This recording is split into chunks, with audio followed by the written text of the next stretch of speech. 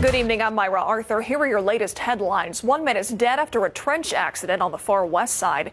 It happened around 4:30 at a construction area on Classic Drive near Highway 151. The victim was an employee. He was working inside the trench when it collapsed and buried him up to his neck. Fire crews say that when that happens, pressure on the body can become too much, and it caused his death.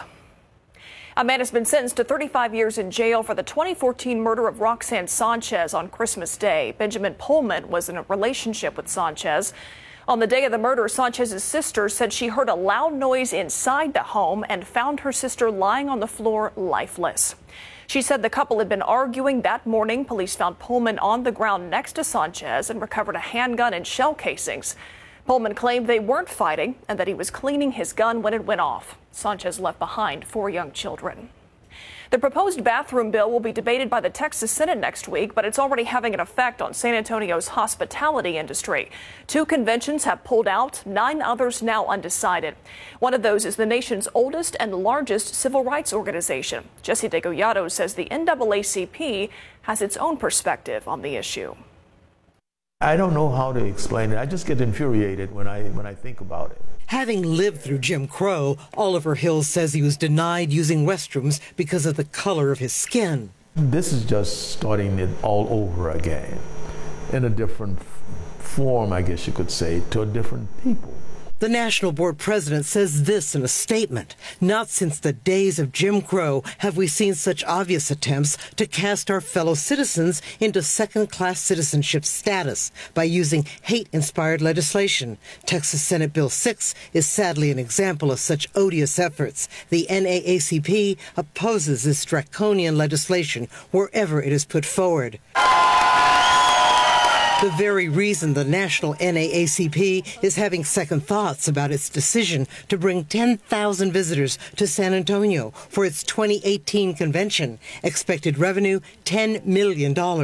It also would be the local chapter's centennial. Its president says support for Senate Bill 6, barring transgender people from using bathrooms that match their sexual identity, is telling the organization. Texas is completely off track by trying to force a bill like this down people's throats. Although the money lost in tourist revenue would be in the millions. You have to look at what the bill is doing to a people. He believes the only reason why NAACP would come to San Antonio if the bill becomes law.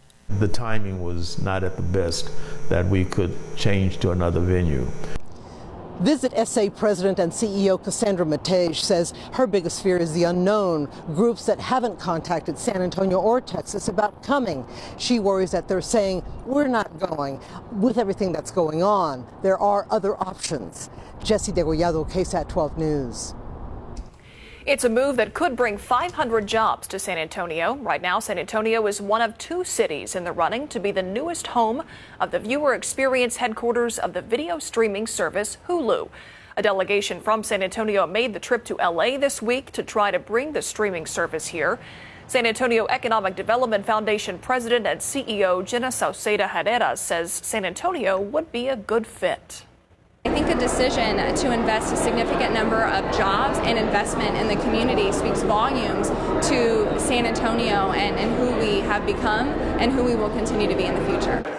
Bexar County Judge Nelson Wolf says Bexar County is offering Hulu a 10-year, 90% tax abatement. The value of it comes out to about $803,000. He also says they should get some response in the next 2 weeks.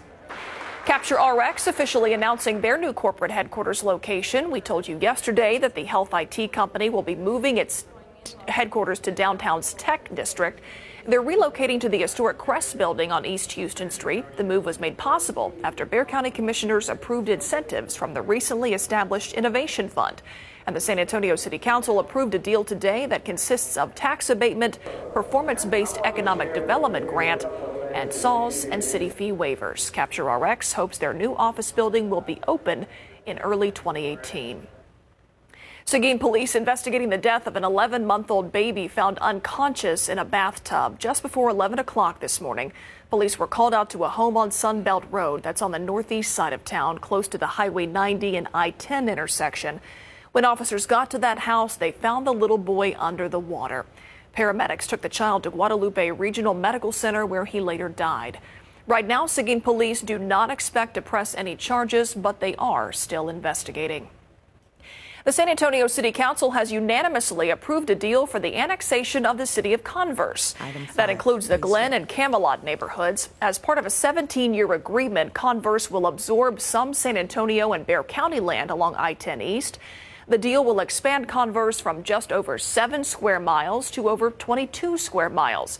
The population in Converse would eventually increase from 46,000 residents to roughly 68,000 people. Fiesta is only a month away. Today, the Texas Cavaliers announced the Grand Marshal for this year's River Parade will be retired Major General Patrick Brady. General Brady is a military hero, considered to be America's most decorated living veteran.